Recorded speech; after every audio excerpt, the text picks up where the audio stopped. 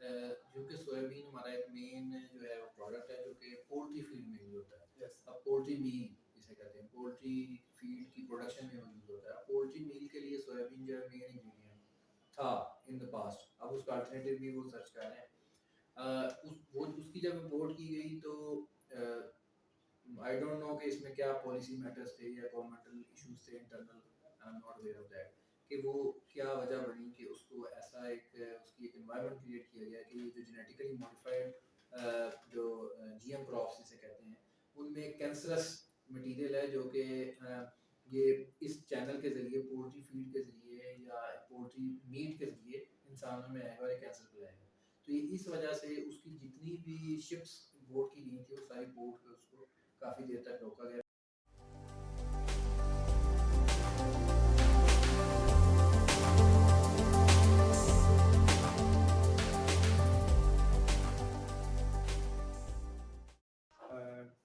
Welcome to my YouTube channel Aditya Basu. आज हम arid agriculture university में हैं और हमारे साथ एक बहुत ही अच्छे टीचर हैं, पीएचडी स्कॉलर हैं from China and he is agronomist from the department of agronomy and he is a very talented teacher. तो आज सबसे पहले तो हम जाहिर सी बात है कि ये बहुत मुश्किल काम है कि किसी टीचर से या किसी भी कोई उस्ताद है उनसे टाइम लेना। लेकिन sir I am so thankful to you कि आपने अपना कीमती वक्त में थोड़ा सा निकाला है। तो हमारे साथ जो मौजूद हैं वो है डॉक्टर शहबाज अता तुम साहब और ये एक एग्रोनॉमिस्ट हैं। और आज जो हम अपनी जनरल टॉक करेंगे जो हमारी चूँकि अब देखें कि पाकिस्तान की जो एक बेसिक चीज़ है वो एग्रीकल्चर है।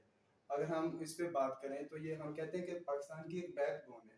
बट अगर हम देखें तो इस पे कोई ज़्यादा फोकस नहीं है गवर्नमेंट की तरफ से। हमारी यूथ भी इस पे इतना फोकस नहीं कर रही। तो उन कुछ चीज़ों पे भी आज हम बात करेंगे अपने इस वीडियो में, अपने इस पॉडकास्ट वीडियो में। तो सबसे पहले अस्सलाम वालेकुम सर। मैं अगेन आपको बहुत थैंकफुल हूँ कि आपने अपना थोड़ा सा टाइम निकाला हमारे लिए। तो वैसे सर हमने अपना जो आपका इंट्रो करवाया वो काफ़ी नहीं है, तो आप थोड़ा सा अपने बारे में खुद ही बताएं। जी थैंक यू सो मच। सबसे पहले तो आप तशरीफ़ लाए। आप बड़े ब्राइट स्टूडेंट्स रहे हैं। तो मेरा नाम डॉक्टर शह, जिस तरह आपने इंट्रोडक्शन करवा दिया है मैं कुछ मज़ीद उसमें एडिशन करूँगा। मेरा नाम डॉक्टर शहबाज अता तुम है। मैंने अपना बैचलर्स और एमफिल जो है यूनिवर्सिटी ऑफ एग्रीकल्चर फैसलाबाद से किया, मेजर एग्रोनॉमी में। और उसके बाद फिर चाइनीज़ गवर्नमेंट स्कॉलरशिप जो है उसके थ्रू मैं चाइना गया पीएचडी के लिए। और पीएचडी मैंने जो है वो Huazhong agriculture university, Huazhong means central China, central Chinese का वर्ड है ख्वाचोंग एग्रीकल्चर यूनिवर्सिटी। वहाँ से फिर मैंने जो है वो इकोनॉमी में पीएचडी की। Then I came back to Pakistan and served for 2 years in University of Agriculture, Faisalabad in Department of Agronomy. And now I have recently joined this university last year. तो मेरा जो ये जितना भी अभी तक 3 से 4 साल का एक्सपीरियंस रहा है इसमें वो अच्छा रहा है। अब जो है इस यूनिवर्सिटी में मैं जो है assistant professor department of economy में मैं काम कर रहा हूँ। मेरा जो नेटिव सिटी है वो फैसलाबाद है, जो कि पंजाब का एक सेंट्रल सिटी है, सेंट्रल पंजाब में। तो दैट्स इट। सर बिल्कुल, फैसलाबाद की यूनिवर्सिटी भी बहुत मानी तानी यूनिवर्सिटी है। और आजकल भी काफ़ी उसके अंदर चल रहे हैं, कुछ गुड़ मेला चल रहा है, कोई किसान मेला चल रहा है। ऐसी एक्टिविटीज़ वहाँ पे भी होती रहती हैं। बाकी भी एग्रीकल्चर के हिसाब से भी बहुत टॉप यूनिवर्सिटी है। सर वैसे एक आपने जो मतलब अपनी एमफिल के बाद चाइना क्यों चूज़ किया? किसी के कहने पे या किसी के आप मतलब किसी ने आपको एक डायरेक्शन दी कि अगर आप इस तरफ जाएँ, या आपका मतलब वो एम और गोल क्या था कि जिसकी वजह से आपने नहीं, उसमें ऐसे था कि जब हम फॉर एग्जांपल मी जब मैं जो है वो अपनी एमएससी ऑनर्स के थर्ड या फोर्थ सेमेस्टर में था, तब से ही हमारे कुछ सीनियर्स थे, कुछ कलीग्स थे, कुछ फ्रेंड्स थे ऐसे कि हमारा एक तो सबसे पहले आती है कि आपकी अपनी ज़ात, आपकी अगर अपनी विल है, अगर आप चाहते हैं। उस टाइम ये माइंडसेट था मेरा अपना भी, फैमिली की तरफ से सपोर्ट थी कि आप if you want you can go abroad for further education. तो मैंने कहा क्यों ना इसको जो है अपॉर्चुनिटी को अवेल किया जाए। फिर हमने स्कॉलरशिप्स को सर्च किया, बहुत सारी डिफरेंट कंट्रीज़ में हमने स्कॉलरशिप जो है वो अप्लाई किए। मेरे 2-4 दोस्त हैं, हम मिलके जो है इस चीज़ को जो है ना वो परस्यू करते थे। जापान में, टर्की में, इसी तरह जो है चाइना में, ये सारे हमने स्कॉलरशिप्स अप्लाई किए। तो ये जो है अप्लाई करने के बाद जो है फिर जो है चाइना में जो है स्कॉलरशिप हो गया। तो फिर जो है चाइनीज़ स्कॉलरशिप काउंसिल जो है वो चाइनीज़ गवर्नमेंट की तरफ से जो है वो स्कॉलरशिप जो है उसको स्पॉन्सर करती है। तो वो फुली फंडेड स्कॉलरशिप था जिसमें जो है मैं चाइना गया पीएचडी करने। दैट्स ये अ वेरी ग्रेट एक थिंग सर। कहने का मकसद है कि ये एक इंसान की इंटरनल विल होती है। बाकी आपकी जो कहते हैं ना सोबत का असर होता है। तो आपकी जो कंपनी है वो भी मैटर करती है। फ्रेंड्स अच्छे थे वो भी गए, मैं भी गया साथ। तो ये एक जो है ना एक बड़ा एक कहें कि एक कॉम्प्लेक्स प्रोसेस नहीं मैं कहूँगा, लेकिन ये हार्ड वर्क ज़रूर है। आपकी ये जो डायरेक्शन है, आपका एक विल पावर है, आप में करेज अगर है या आपका एक डायरेक्शन है या आपका एम है तो आप उसको हासिल करने के लिए जो है वो कोशिश करते हैं। सर मोस्टली जो स्टूडेंट्स हैं कि मेजर जब चूज़ करते हैं तो उनका भी कोई एक तो इंटरेस्ट भी होता है। बाकी अगर वो मतलब किसी बंदे से पूछते हैं, किसी सीनियर से, किसी टीचर से, जब वो पूछते हैं इस बारे में कि हम कौन सा मेजर चूज़ करें, तो आपने भी पहले बात तो एफएससी के बाद जब एग्रीकल्चर चूज़ किया है, तो वो आपने अपने इंटरेस्ट पे किया है या सर ऐसा भी होता है कि जिस तरह मैं हूँ, मैं बाई चॉइस नहीं आया, बाई चांस आया, क्योंकि मेरे पास वो चॉइस थी नहीं, एमबीबीएस का एक सपना था, बिल्कुल। लेकिन आप बाय चांस वो इधर अपना एग्रीकल्चर में हो गया। तो आपका इस तरह क्या है? बिल्कुल आपकी तरह मेरी भी विश थी कि मैं भी जो है वो मेडिकल डॉक्टर बनूँ। तो पेरेंट्स की भी ज़्यादा विश थी, वो एक अच्छा एक प्रोफेशन, नोबल प्रोफेशन काउंट किया जाता है। लेकिन चूँकि एफएससी में मार्क्स थोड़े जो है वो उस तरह से नहीं आए और एंट्री टेस्ट में भी कुछ मार्क्स की कमी रही, इसकी वजह से फिर आगे एडमिशन जो है वो नहीं हो सका। और फिर ऑप्शंस और भी बहुत थे, इवन दो कि मेरे कुछ फ्रेंड्स थे जिन्होंने हमने मिलके लाहौर की कुछ यूनिवर्सिटीज़ में डिफरेंट डिसिप्लिन में अप्लाई किया, जिसमें BB honours and many other degrees. तो वो जो है अप्लाई किया, तो उसके बाद फिर जो है उनमें भी हम शॉर्ट लिस्ट हो गए, हमारा उधर भी जो है वो लिस्ट में नाम आ गया। तो लेकिन फिर चूँकि कुछ ऐसे प्रोफेशनल्स थे, बल्कि कहने का मकसद है कि आपको मैं एक स्टोरी को इसी तरह बातों में याद आ गई यस सर। कि वो एक हमारे रिलेटिव हैं, वो इस तरह हम पेरेंट्स के साथ हम अपना घर बैठे हुए थे, डिस्कशन चल रही थी इसी हवाले से एडमिशन कैसे करना है, किधर लेना है, क्या होना है। तो कुछ गेस्ट आ गए, गेस्ट में जो थे एक इसी तरह एमबीबीएस डॉक्टर थे, वो मेरे रिलेटिव भी हैं, ठीक है। तो वो उन्होंने उन्होंने फिर जब स्टोरी सुनी तो उन्होंने एक कहा कि आप जो है ना यूनिवर्सिटी ऑफ एग्रीकल्चर फैसलाबाद में जो है ना बीएससी ऑनर्स एग्रीकल्चर है, उसकी तरफ जो है ना वो जाएँ, वो बड़ा अच्छी चीज़ है, बड़ी प्रोफेशनल डिग्री है, दिस एंड दैट। तो वो फिर वालिद साहब ने पुश किया कि हाँ इसको परस्यू करो, कि अगर आपका इन फ्यूचर मूड होगा तो then आप अगेन रिपीट करके, जैसे नॉर्मली पेरेंट्स जो है या बाकी बड़े गाइड करते हैं कि आप अगर नहीं इधर आपका जो है वो सेटिंग होगी तो आप दोबारा रिपीट करके जो है वो दोबारा आप एमबीबीएस की एडमिशन की ट्राई कर लेना। लेकिन फिर जब एडमिशन हो गया, इस साइड पर चले गए, तो आहिस्ता आहिस्ता फिर शुरू में होता है, थोड़ा बंदा डिप्रेस भी रहता है और थोड़ी चीज़ें जो हैं वो समझ नहीं आ रही कि हाँ कोई नई चीज़ होती है, क्योंकि हम जो है वो सिटी से बिलोंग करने वाले जो ज़्यादातर स्टूडेंट्स हैं या ज़्यादातर एग्रीकल्चर में आते हैं रूरल बैकग्राउंड से। बिल्कुल तो सर। वो जो रूरल बैकग्राउंड से आते हैं उनके लिए तो इतना इशू नहीं आता, बहुत सारी चीज़ें मैंने देखी होती हैं। इवन दो मेरा भी बैकग्राउंड सिटी से है, लेकिन हम ये नहीं है कि बिल्कुल ही रूरल जो है ना लाइफ से कट डाउन है, ठीक है। मेरे मैटरनल साइड से जो है रूरल बैकग्राउंड से हैं, ठीक है। मेरे जो फादर की साइड से हैं, हमारा अपना मतलब कुछ लैंड है, हम आते जाते हैं, ये नहीं है कि बिल्कुल कट ऑफ है। तो कुछ आइडिया चीज़ों का था, लेकिन ऐसा जिस तरह से ब्रॉट अप जो है वो नहीं था जिस तरह नहीं था, रूरल हाँ पीपल्स रूरल होता में। है। तो ये चीज़ें मैटर तो करती हैं, लेकिन फिर जब वो एक स्टार्ट हो गया, उसके बाद फिर आके मेजर की सिलेक्शन में भी कुछ ऐसे फेजेस आए, कुछ सीनियर से गाइडेंस ली, कुछ रिलेटिव से जो ऑलरेडी एग्रीकल्चर यूनिवर्सिटी से पढ़े हुए थे उनसे गाइडेंस ली। उन्होंने कहा इकोनॉमी मेजर जो है वो टॉप है, अच्छा है, दिस एंड दैट, बाकी एज कम्पेयर टू अदर्स। तो इसलिए फिर उसको परस्यू किया और बाकी चलता रहा फिर सिस्टम, बीच में अप्स एंड डाउन आते रहते हैं, लेकिन अल्हम्दुलिल्लाह आई थिंक दैट्स तो गुड। सर आपने उस तरफ नहीं गए कि एमबीबीएस के लिए चाइना चले जाते या कहीं अब्रॉड में अच्छा, कोई उसकी ऐसे उसकी चॉइस भी नहीं एक रखी? स्टोरी उसकी भी एक स्टोरी है। वो उस टाइम पे तब ये आई थिंक बैक इन 2008 की तब की बात है, जब मैंने एफएससी की, तब ये इनिशियल इनिशियल टर्म्स में था ये चीज़ें कि लोग एमबीबीएस चाइना से करके जो है वो आ जाते थे।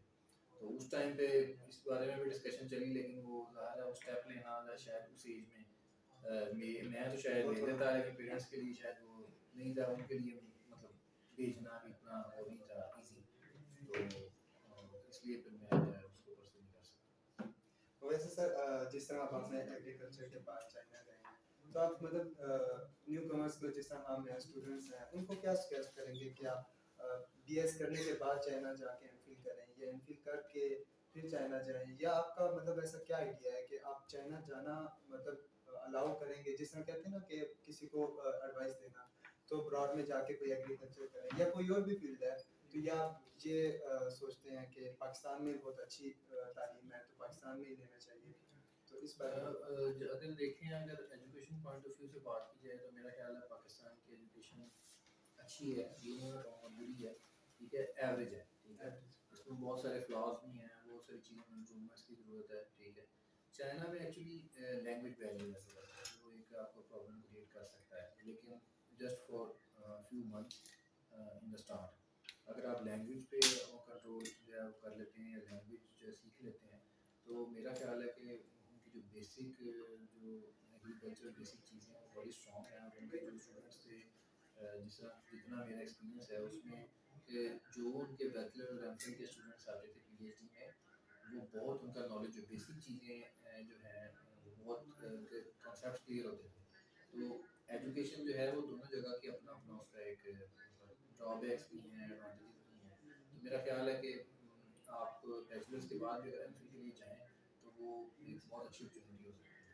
मतलब सर कि बैचलर्स के बाद जब हम एमफिल के लिए जाते हैं, वैसे भी सर नॉलेज गेन करने के लिए तो कहते हैं कि माँ की गोद से लेके कब्र तक आपने बिल्कुल, इल्म हासिल करते हैं, तो ये चाइना हो या जापान हो, बिल्कुल। कहीं भी हो, तो आप तो उसके अलावा उसमें सर एक नॉर्मली ऐसे भी कहा जाता है ना, एक वो हदीस का मफ़हूम बयान किया जाता है कि इल्म हासिल करो चाहे तुम्हें चीन तक जाना पड़े, बिल्कुल, ठीक है। और तो ये वैसे वो भी अब कंडीशन है। कभी पेशी उसमें माफ़ के इस तरह के जो है उसका मफ़हूम है या उसका मीनिंग है। तो आई थिंक सो कि ये एक अच्छी अपॉर्चुनिटी है, अगर किसी को अवेल करनी पड़े तो उसको करनी चाहिए। आपकी लाइफ कैसे गुजरी चाइना में? क्योंकि वैसे भी थोड़ा सा एक डिफिकल्ट टास्क था मेरे ख्याल में, क्योंकि एक लैंग्वेज जो बैरियर है वो थोड़ा सा अच्छा, टू डिफिकल्ट बी कर वेरी सकता है। फ्रैंक मेरी लाइफ चाइना की बहुत अच्छा, मुझे तो अभी भी बहुत याद आता है टाइम। बहुत अच्छा एक टाइम था, शुरू में कुछ ज़ाहिर एडजस्टमेंट, एक आपका जो है वो कल्चर डिफरेंट होता है, ठीक है। आपकी सोसाइटी डिफरेंट होती है, उसके अपने नॉर्म्स हैं, उसका अपना एक मतलब कह लें कि अपनी एक हर चीज़ की अपनी एक कह लें कि कल्चर ही डिफरेंट है हर चीज़ का, सोसाइटी का। बिल्कुल सर। तो जो चीज़ें डिफरेंट हैं उनका फ़र्क तो पड़ता है स्टार्ट में, लेकिन इंसान में आहिस्ता-आहिस्ता यूज़्ड टू हो जाता है। सबसे पहले आपको जो है वो पाकिस्तान की क्विज़ीन्स याद आती हैं, खाना याद आता है, घर का और चीज़ें ऐसी याद आती हैं, क्योंकि वहाँ पे फूड है तो उसको बहुत डिफरेंट है। आपके इधर पाकिस्तान में जो है हम एज़ अ व्हीट जो है उसको स्टेपल फूड यूज़ करते हैं। वो लोग राइस को स्टेपल राइस। फूड यूज़ करते हैं। तो वो यही मेजर डिफरेंस है, ठीक है। लेकिन आहिस्ता-आहिस्ता द पैसेज ऑफ टाइम फिर आपको वहाँ पे मुस्लिम फूड का थोड़ा-सा इश्यू होता है, क्योंकि उनका रिलीजन कोई नहीं है। तो वो इस चीज़ में थोड़ी-सी प्रॉब्लम्स होती हैं, लेकिन हमारी यूनिवर्सिटी में लकीली जो है वो हलाल जो है वो कैंटीन वो डेवलप कर दी गई थी within no time. I think after 6 months जो है वो डेवलप कर दी गई थी, जिसकी वजह से हमें फिर जो है काफ़ी आसानी हुई। आप सर किस तरह वो मैनेज करते थे खाना खाना? पाकिस्तानी खाना तो बिल्कुल नहीं मिलता होगा, तो क्या करते थे? क्या खुद कुकिंग को प्रेफर किया कभी? हॉस्टलाइज्ड हाँ, लाइफ में ऐसा होता है, हाँ, सब लोग होता वहाँ है, भी होता है, बिल्कुल हॉस्टलाइज्ड होता है, क्यों नहीं होता। शुरू-शुरू में कुकिंग भी की, मिल-जुल के की, फिर आहिस्ता-आहिस्ता जब वर्कलोड बढ़ता गया काम का, स्टडी का, रिसर्च का, तो फिर वो टाइम मैनेज करना ज़्यादा मुश्किल हो गया, ठीक है। तो उसमें फिर हम एक जो कैंटीन थी उसी ऑप्शन को यूज़ करते थे, ठीक है। फिर फ्रेंड्स का पहले तो टाइमिंग शुरू-शुरू में मैच कर जाती थी, कुकिंग कर लेते थे, लेकिन लेटर ऑन फिर जो है हम कैंटीन वगैरह से जो है ना अपना करते थे। लेकिन हम इस हवाले से बड़े लकी थे कि जब हम गए तो एक तो हलाल कैंटीन बन गई, ठीक है। फिर हमारे कुछ फ्रेंड्स थे, उन्होंने यूनिवर्सिटी के नियर बाय जो थी ना मार्केट, वहाँ पे अपनी शॉप बना ली, अपना पाकिस्तानी रेस्टोरेंट्स जो है ना एक दो फ्रेंड्स ने ओपन कर लिए। तो उसमें हर तरह के, उन्हें तो पता था ज़ाहिर है पाकिस्तान के जो रहने वाला है उसको पता है कि किस तरह के खाने जो उनको पसंद है। तो उसमें उन्होंने देसी traditional each and everything barbecue, मतलब वैरायटी ऑफ क्विजीन्स जो है वहाँ पे होती थी, तो आप इजीली वहाँ पे जाके जो है वो एंजॉय कर सकते बिल्कुल सर। और हम इसका एग्रीकल्चर का हाल देखें और अगर हम अपनी मेन क्रॉप्स का देखें, क्योंकि जो पाकिस्तान में जो कंट्रीब्यूशन है कॉटन की, वीट की, अगर पहली बात तो अगर हम बात करें तो एग्रीकल्चर की बेस पे ही अब तक हमारा पाकिस्तान चल रहा है, लेकिन गवर्नमेंट भी इस तरफ इतनी अटेंशन नहीं दे रही।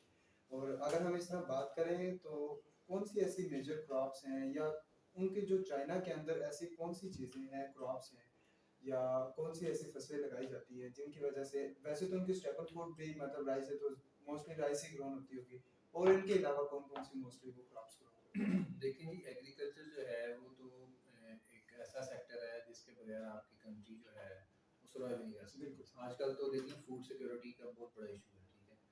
आप हर चीज़ अगर आप इंपोर्ट करने लग पड़े हैं, तो आपका जो एक कंट्री का जो फॉरेन एक्सचेंज है, जो हमारी अब सिचुएशन है, जिसमें इन्फ्लेशन है या डॉलर्स की शॉर्टेज है, ये सारी चीज़ें जीडीपी को हमारे इफेक्ट कर रही हैं, ठीक है।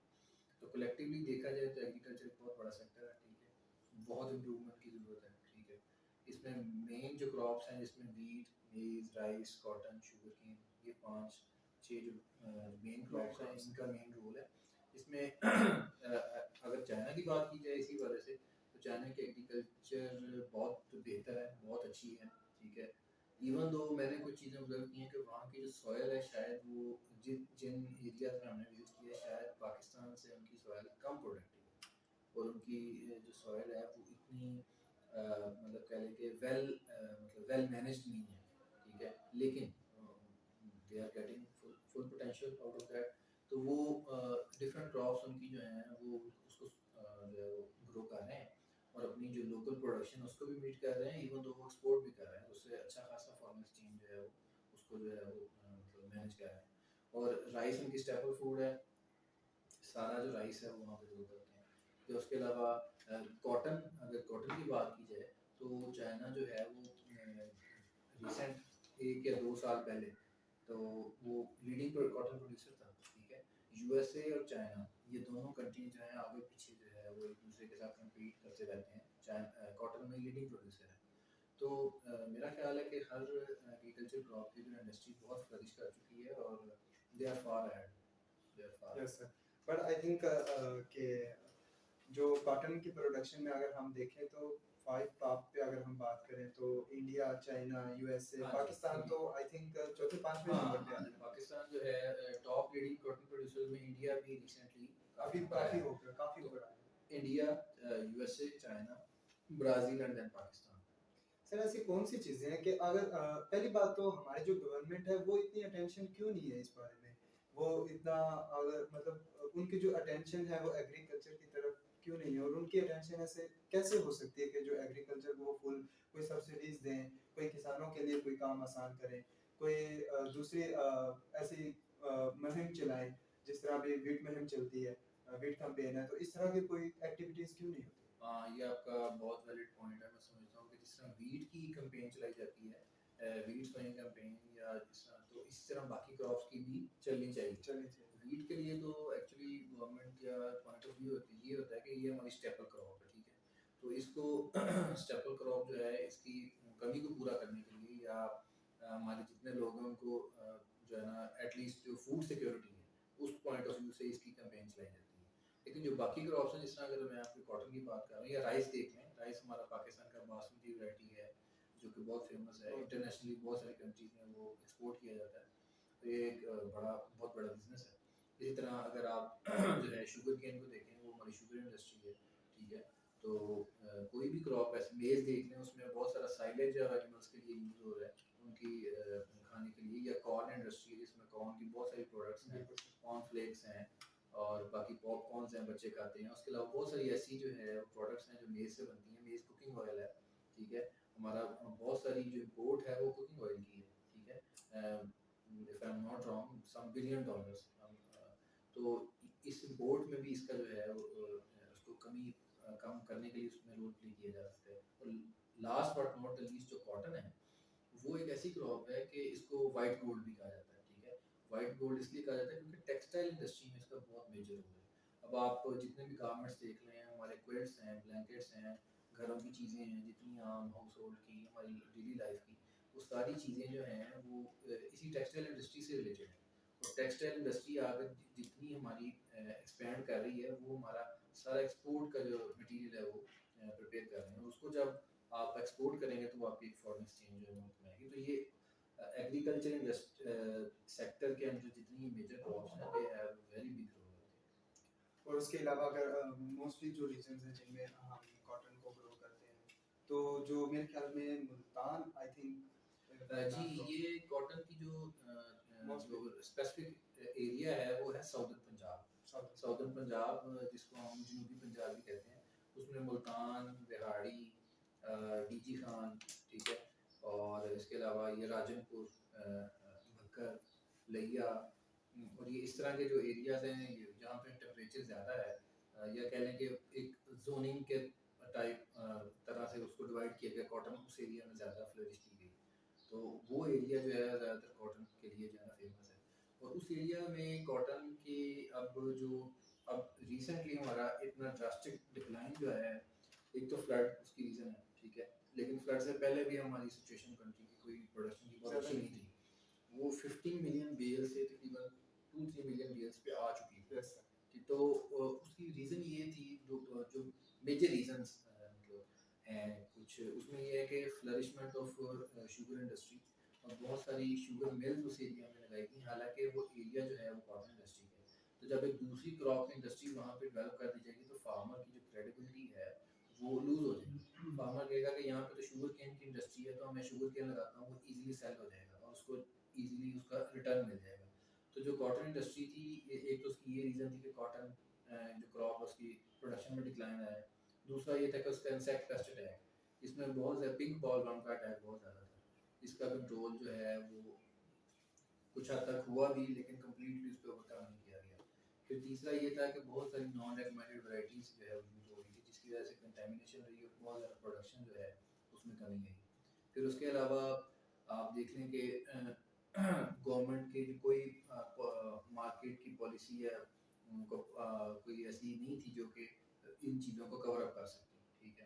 तो ये सारी उसके अलावा जो इसकी जो कॉटन स्टिक्स हैं उनको प्रॉपर या टेम्पलेट्स कह लें या क्रॉप रेजिड्यूज कह लें, जिसको हम बाकियात कहते हैं क्रॉप्स की, उनको उनको मैनेज करने के लिए कोई ऐसा प्रोसेस नहीं था। क्यों? क्योंकि ये जो इंसेक्ट्स का अटैक होता है, ये अपने लार्वे या अपने ऐसे कोई एग्स वगैरह अपने ये छोड़ जाते हैं अपने सॉइल में या अपने उन जो रिमेन्स है उसके अंदर। तो वो जो है ना फ्लरिश करता रहता है, साइकिल ब्रेक नहीं होता उनका। जब साइकिल ब्रेक नहीं होगा तो वो दोबारा साइकिल स्टार्ट हो जाएगा और उसका जो डिजीज़ का अटैक है वो पहले से ज़्यादा जो है वो कह लें इंटेंसिटी में आएगा। तो ये कुछ रीजंस हैं जिसकी वजह से डिक्लाइन आया था। इस पे ओवरकम करने की ट्राई गवर्नमेंट कर रही है, लेकिन ज़ाहिर है आप किसी भी चीज़ को ओवरकम करते हुए टाइम लगता है।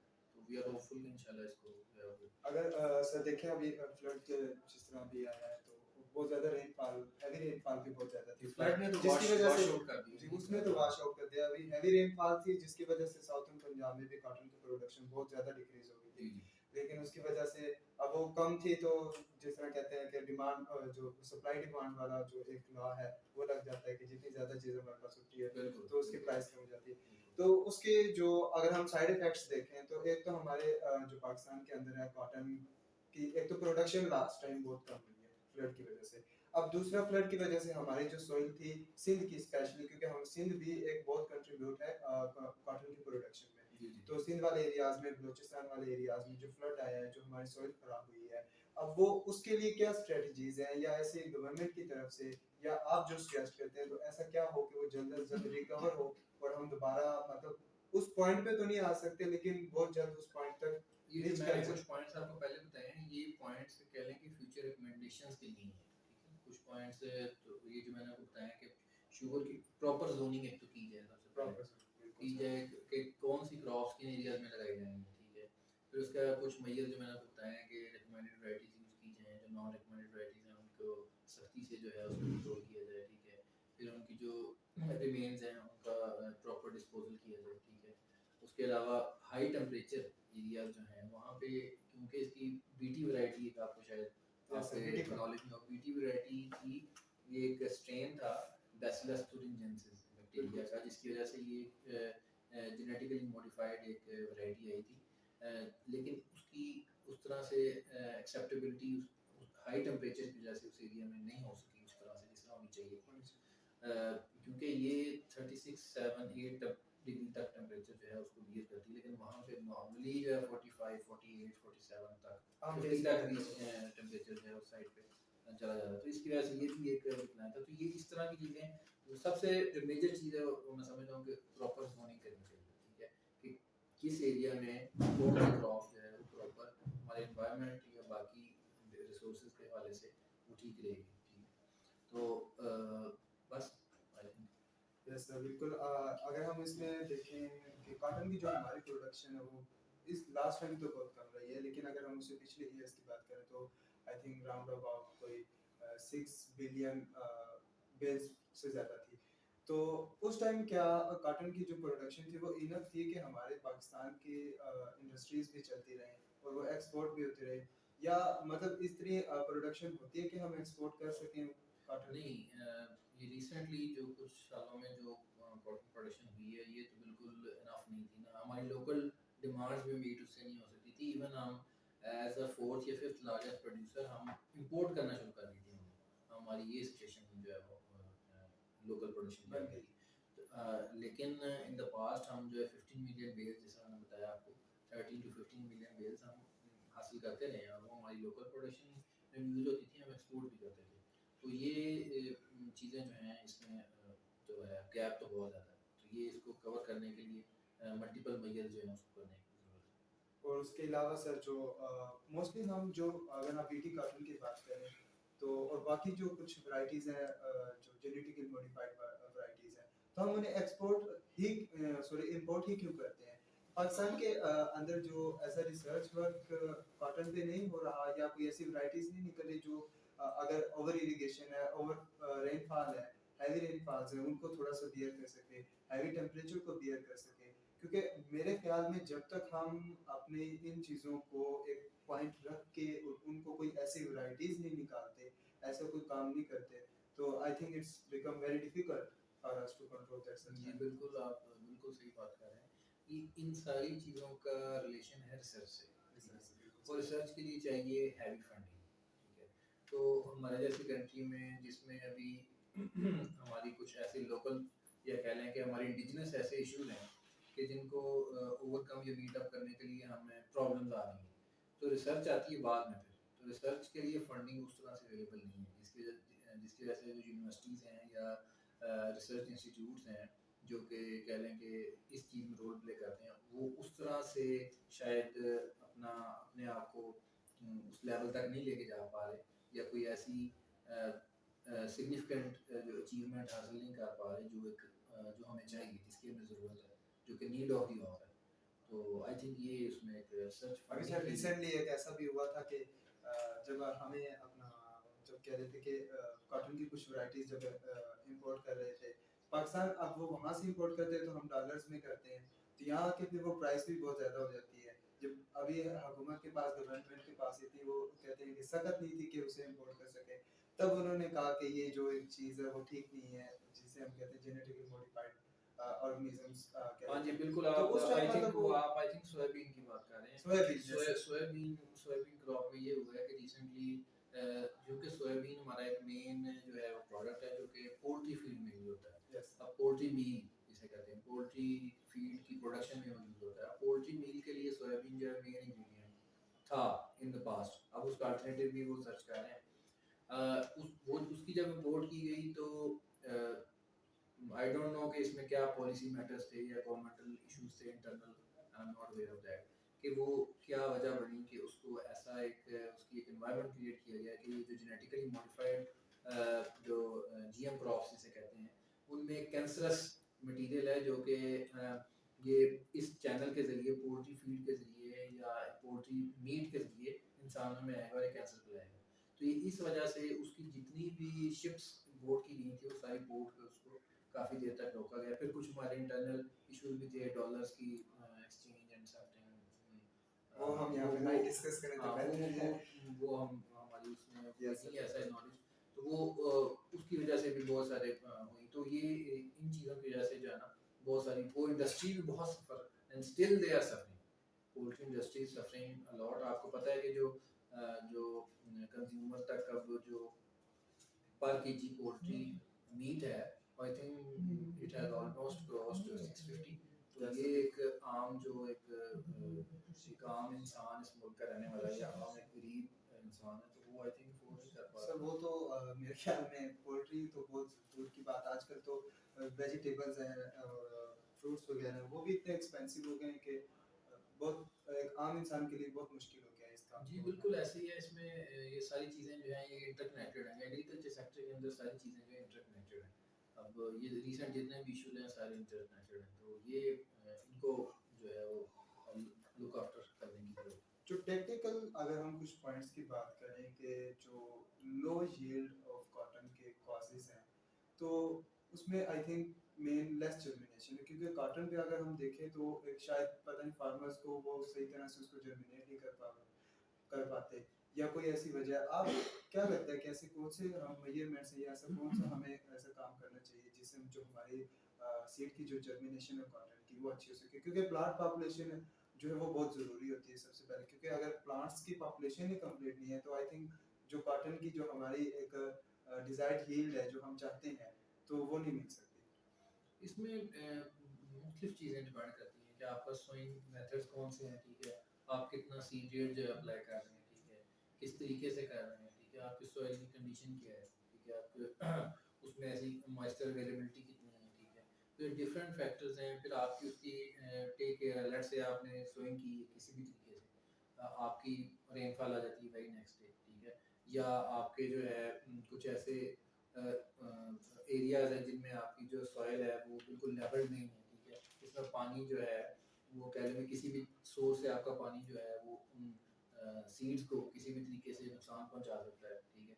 तो आप ये सारी चीज़ें अगर इनको आप मैनेज, एक्चुअली ये प्रॉपर मैनेजमेंट है, अगर मैनेजमेंट मेजर्स आपके प्रॉपर होंगे, एग्रो मैनेजमेंट मेजर्स, तो आई थिंक इसमें कोई इशू नहीं है। सर इसमें जो यूनिवर्सिटीज़ हैं और कुछ दूसरे एक्सटेंशन वर्कर्स हैं, ऑफिसर्स हैं, उनका क्या रोल है कि जो एक फार्मर के पास जाके वो इजीली उनको गाइड करें, वो किस हद तक उनको गाइड कर रहे हैं और कि मज़ीद उनको मतलब ऐसा क्या करना चाहिए, क्योंकि बहुत सी ऐसी चीज़ें मेरे ख्याल में कि जो फार्मर्स को नहीं पता होती। फर्स्ट ऑफ ऑल अगर हम एक छोटी सी चीज़ की बात करें कि स्प्रे की, तो आई थिंक कि वो 10 से 12 स्प्रे एक सीज़न में कॉटन के ऊपर वो कर देते हैं। उन्होंने एक ये ट्रेडिशन बनाया हुआ है, रिवायती तरीका बनाया हुआ है कि बस अब ये एक टाइम है, इस पानी के बारी के बाद आपने स्प्रे का कर देते हैं। उन्हें मतलब एक वो ऐसी चीज़ नहीं पता कि अगर ये चीज़ है, ये डिजीज़ है या ये कोई इंसेक्ट पेस्ट वगैरह का अटैक है, तो उसको डायग्नोस करें, फिर उस पर स्प्रे करें, या उन्हें कोई ऐसी रिकमेंडेशन या ऐसी कोई चीज़। बिल्कुल आप बिल्कुल सही कह रहे हैं। ये ट्रायंगल है जिसमें टीचिंग, रिसर्च और एक्सटेंशन में, ये एक बिल्कुल ट्रायंगल है। ये सारी चीज़ें का आपस में कनेक्शन है। टीचिंग, रिसर्च, रिसर्चर ने रिसर्चर करनी है, प्रोफेसर या टीचर ने स्टूडेंट्स को पढ़ाना है, ठीक है, और वो रिसर्च ऑर्गेनाइजेशन जो रिसर्च करनी है उसको एक्सटेंशन वर्कर्स ने फार्मर्स तक पहुंचाना है, जो कि फील्ड लेवल तक ट्रांसफर होगी टेक्नोलॉजी। तो ये एक प्रॉपर ट्रायंगल है। अगर इसके थ्रू चला जाए तो फिर आई थिंक सो कि जो एक्सटेंशन वर्कर्स हैं वो प्रॉपर अगर हर क्रॉप की एक जिसको हम प्रोडक्शन टेक्नोलॉजी कहते हैं, पैदावारी टेक्नोलॉजी इसको आम अल्फाज में कहा जाता है, वो हर एरिया टू एरिया वेरी करती है, ठीक है। अगर आप उस एरिया के मुताबिक जो पैदावारी टेक्नोलॉजी है, प्रोडक्शन टेक्नोलॉजी है, उनके लोकल फार्मर्स तक पहुँचाएँ कि किस टाइम पे किस चीज़ का स्प्रे करना है, उनकी वीड्स को कैसे कंट्रोल करना है, या उनकी जो डिफरेंट बीमारियां हैं या कि पेस्ट का अटैक है या और मल्टीपल मेजर्स हैं, उनको किस तरह से मैनेज करना है। तो अगर फार्मर्स तक ये इंफॉर्मेशन बिफोर टाइम या अहेड ऑफ टाइम पहुंची हो, तो आई डोंट थिंक सो कि किसी भी किस्म का इसमें जो है इशू हो। उसके अलावा सर जो अगर हम बात करें फर्टिलाइजर्स रेट के, आजकल जो डीएपी का मेरे ख्याल में रेट चल रहा है वो बहुत हाई है। बिल्कुल और उसके अलावा अगर सीड की बात करें तो सीड का रेट भी अगर हम कोई देसी कॉटन कोई रख लेते हैं तो वो एक उनका उस तरह की यील्ड नहीं आती। अगर वो परचेज करने जाएं कोई देसी कॉटन का अगर सीड करें या फिर कोई बीटी कॉटन है या कोई इस तरह की और दूसरी कोई वैरायटी है तो वो भी बहुत ज़्यादा महंगी है।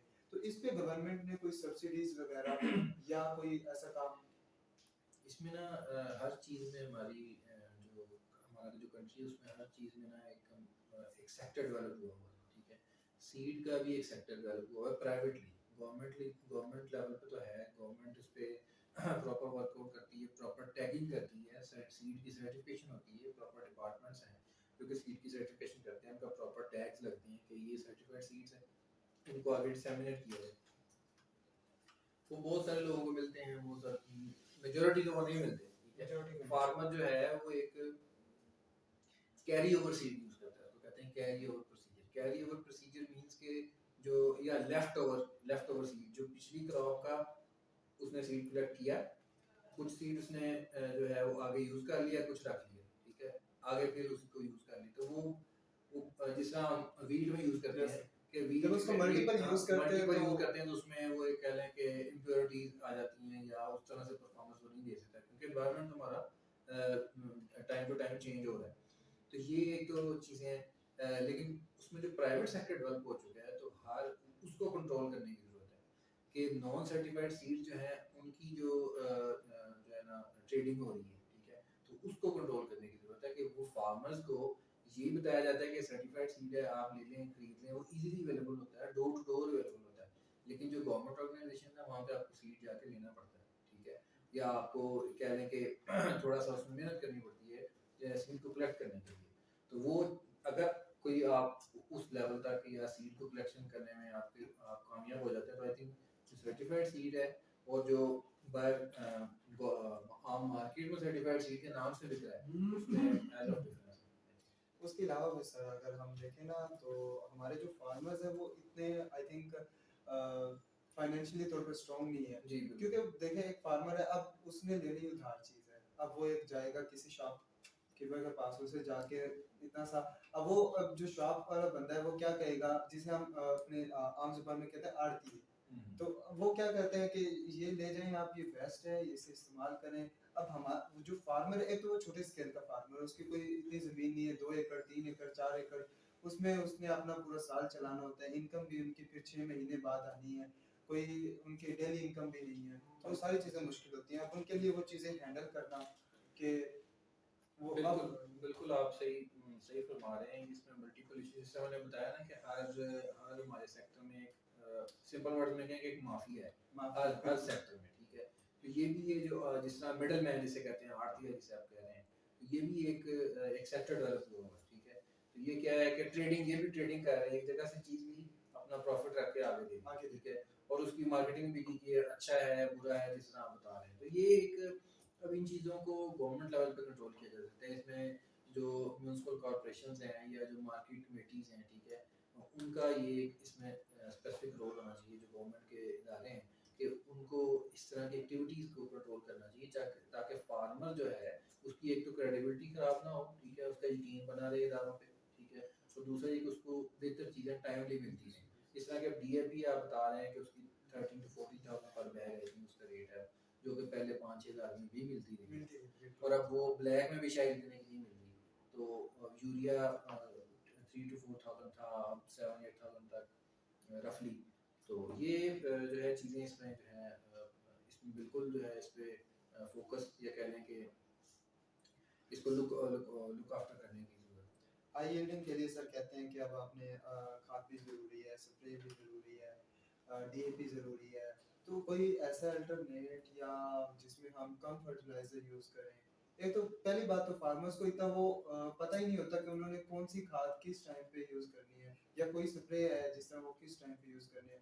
तो उसके लिए मतलब जो फार्मर्स के लिए कोई ऐसा ईज़ी वे हो, बिल्कुल कोई इजी वे हो, कोई चाहे मोबाइल के थ्रू है, कोई मीडिया के थ्रू, अगर हम देखें तो मेरे ख्याल में कोई ऐसा अच्छा चैनल भी नहीं है पाकिस्तान के अंदर। वैसे ड्रामास फिल्में तो बहुत ज़्यादा है, लेकिन ऐसा कोई चैनल नहीं है जिस पे कोई एग्रीकल्चर के बारे में बताया जाए, ना कोई ऐसा स्पेशल कोई अखबार की कोई है कि जिससे स्पेशल वो चीज़ें चले। अब जिस तरह के टेक्नोलॉजी काफ़ी डेवलप कर चुकी है, अब तो आई थिंक कुछ यूट्यूब चैनल्स हैं जो किसानों को इस तरह गाइडेंस दे रहे हैं, या कुछ हेल्पलाइन ऐसी हैं गवर्नमेंट की हैं या एक्सटेंशन डिपार्टमेंट की हैं, जिन पे आप फ़ोन करके किसी भी किस्म का क्वेश्चन अपना राइज कर सकते हैं, ठीक है। तो लेकिन ये जो आप बात कर रहे हैं फाइनेंशियली जो है वो काफ़ी वीक है, इसमें कोई शक नहीं है। वो अब वो हमारे कह लें कि हमारे ओवरऑल कंट्री की सिचुएशन है उसमें तो सबकी बेहतरी करने की जरूरत है। बिल्कुल सर। चलें sir, I am so thankful to you कि आपने अपना कीमती वक्त हमारे लिए निकाला। और आज की जो हमारी वीडियो थी वो टोटली एक एग्रीकल्चर से रिलेट थी। तो आई होप कि आप सब लोगों को भी हमारी वीडियो पसंद आई होगी।